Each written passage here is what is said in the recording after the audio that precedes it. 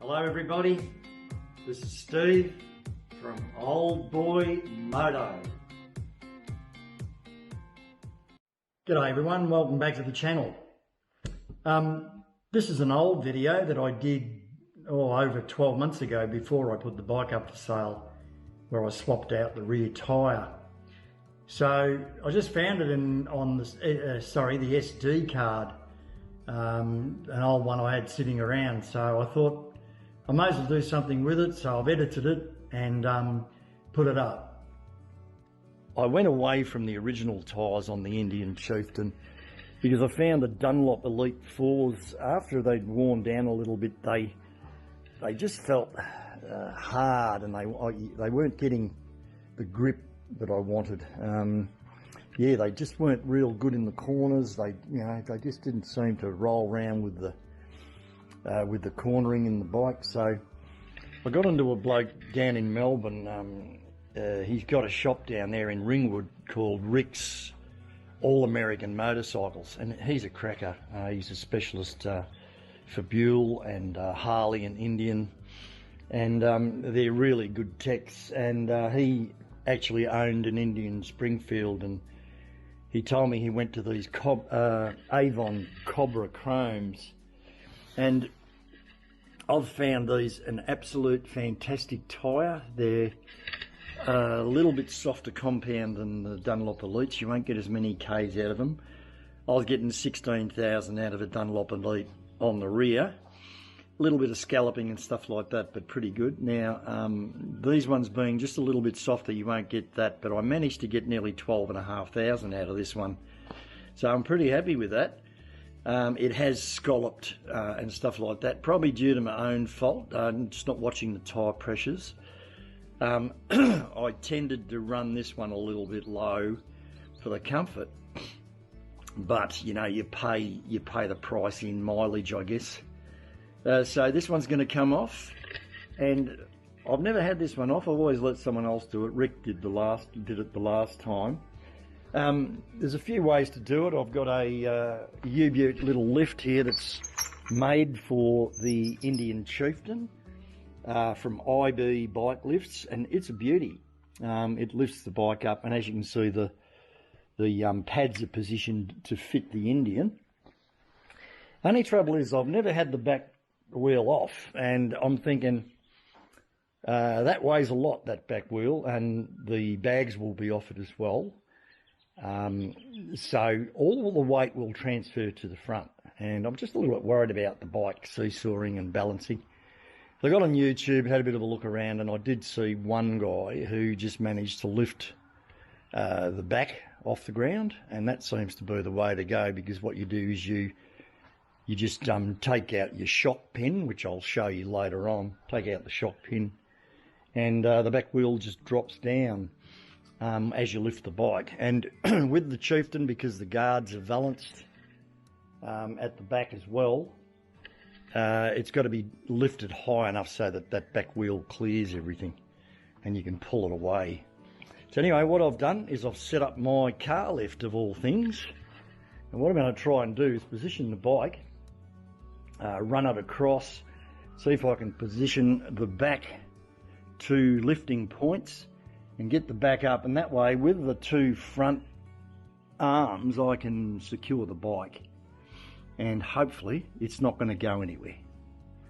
Yeah, okay guys, so I've managed to level the bike out and put it on the car hoist, and that's going to lift it nicely. What I've done is I've chopped the front wheels front and back, and before I lift it I'll actually tie the bike down to these arms, just in case anything happens, it's not going to topple over. Yeah, a bit of a job. So what's got to happen is I'll have to release my shock. There's a pin here to get out, there's a little thread in there, hopefully we can just pull that straight out. What I've got to do is just jack it up so that the rear wheel's only just touching the ground. That way it'll take the pressure off the shock and I'll be able to remove that, and then we can lift, and the back wheel will just stay on the ground. Hopefully we'll get enough room to get it out of that big valance guard. And contrary to what some people are saying, the mufflers don't have to come off. Okay, so the first job on that pin was to take off the spring clip, and then I had to sort through my nuts and bolts to find something that fits the inside of the pin, and luckily I found one straight away. So all that does now, and if you've got your bike sitting properly, that's pretty easy. And that's the key to it, really. That's the one that holds your shocker in and holds your wheel up and everything else. So that tells me the bike's sitting perfectly on the ground. So all right, so we'll go on to the brake caliper now and get him off, and start working on that axle once I raise the bike. Yeah, righto guys, so just dropped my caliper, and also I've just gotten the bolt off the, the nut off the axle. A little bit of work there, a bit tricky. Got to put a few rags on things so you don't strip any paint or chrome. Now, not sure about this side. That axle should come out. What I've got to do is just loosen the belt tensioners off. There it is guys, that's about all the clearance you've got. Otherwise you got to take the muffler off. Yeah, so anyway, that's the way it is with the big valance guards, and every bike's different, and there's just, I guess patience is the key, and just work your way around it without wrecking anything. Anyway, beauty, I'll keep going, I'll see what I've got to do next to get this wheel off. Now, just looking at it, there's a fair bit still on it, but as you can see, down to the stops there, it's pretty badly scalloped. Yeah, the cobra's head's just about worn out on that side, and it's just had a bit of a different wear pattern. This one, it's not very good, so I've decided it's going. Yeah, it's sort of bubble there, and it's down to the last there and here, and it's just all over the shop. So not a bad effort at 12,500. I reckon if I watch my tyre pressures next time, we'll do okay. So while I've got the wheel off, I'll pull the pulley off, and there's a fair bit of crud and just, you know, sort of flaky rubber. Now that's the cush that goes in between your pulley and the wheel. So just wondering if the guys that fit your tyre do this for you. Probably not. So it's a good thing when you take your own stuff off, you can have a good thing, have a good look at it, do what you got to do. One thing about the Indian, it's a pain in the ass to clean the back wheel, so it never gets cleaned, you know. So when the back wheel's off for whatever reason, usually for a tyre, it's a really good idea to clean it up. This being brushed alloy just there, I might just go over that with a little bit of a green scourer or something like that, just to bring it up. And that's just a little bit of green industrial soap, and it's not harmful to anything, so I'll clean that up.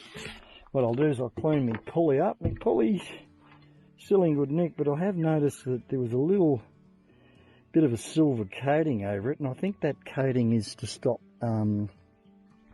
belt squeal and stuff like that. Now these are notorious for belt squeal, and they reckon they have sorted out the belt squeal on these with the newer models, but I reckon all it was, the problem is that coating just seems to wear away and exposes the casting. Still okay, there's no chunks out of it or anything, it's just that we've lost that little silver slippery coating over a short period of time. So yeah, not good. So, and one of these, like what I do just to stop the squeal, is I just put a little bit of not belt grip, It's like in a stick and it looks like a candle. God, my brain's hopeless. Thought I had one here. No, I haven't. But it's like a wax candle, and you just go over the belt a little bit. You don't need to lubricate it so it slips. It's just to stop the squeal. So that's what I used, and it's all good. Everything else seems to be okay. The bearing's okay here after 50,000. So I'll clean this wheel up and get it down to the fitter, and we'll be right. This belt squeal, and no one could work out what it was. Everyone was talking about belt alignment. Yeah, that might have something to do with it. But, you know, I've aligned this one near perfect on a few occasions, and it never made any difference to the squealing. But that's the first time I've ever had a good look at the condition of the pulley itself. So I'm thinking that that's probably what it is. I don't know what it, pardon me, I don't know what the story with the front sprocket is, but it may be a similar case. It's way up in there. Wouldn't mind betting that that silver coating that they put on that pulley is the culprit, and they rectified it, I think, in 17. I'm not sure anyway, but so they sold the two pulleys as a kit, you know, up around $800. I mean, look, you know, boy oh boy. I mean, if you get it wrong, fix it. Don't charge your customers. Bike companies are all the same. They do that sort of stuff. Anyway, guys, I'm ready to go with getting my tyre down to my fitter and cleaning up that. I'm just looking at my belt. My belt's fine. There's no big cracks in it or anything. It seems to be hanging in there all right. So don't be worried about a belt. I'll go right over it just in case, but I can't see any problems with it.